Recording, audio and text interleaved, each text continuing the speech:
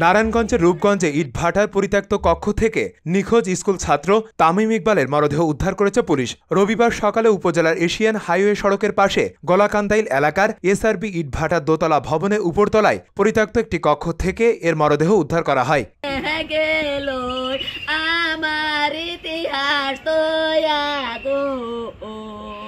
এ ঘটনায় জড়িত সন্দেহে পুলিশ জিজ্ঞাসাবাদের জন্য আসলাম নামে এক কিশোরকে আটক করেছে। নিহত তামিম ইকবাল ময়মনসিংহের হালুঘাট থানাধীন রামনগর এলাকার রিকশাচালক তায়েব আলীর ছেলে। সে তার বাবা মায়ের সাথে রূপগঞ্জের শাওঘাট এলাকার আলেক ভূঁইয়ার ভাড়া বাড়িতে থাকত।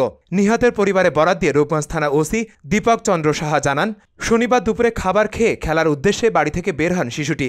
এরপর থেকে নিখোঁজ হয় শিশুটি। এদিকে রবিবার সকালে এসআরবি নামক ওই ইটভাটার দোতলা ভবনের উপরতলায় একটি পরিত্যক্ত কক্ষ থেকে শিশুর মরদেহ পড়ে থাকতে দেখে স্থানীয়রা পুলিশকে খবর দিলে পুলিশ ঘটনাস্থলে এসে শিশুটির লাশ উদ্ধার করে। এ সময় নিখোঁজ শিশুর পরিবারের লোকজন এসে শনাক্ত করেন শিশুটি তামিম ইকবাল।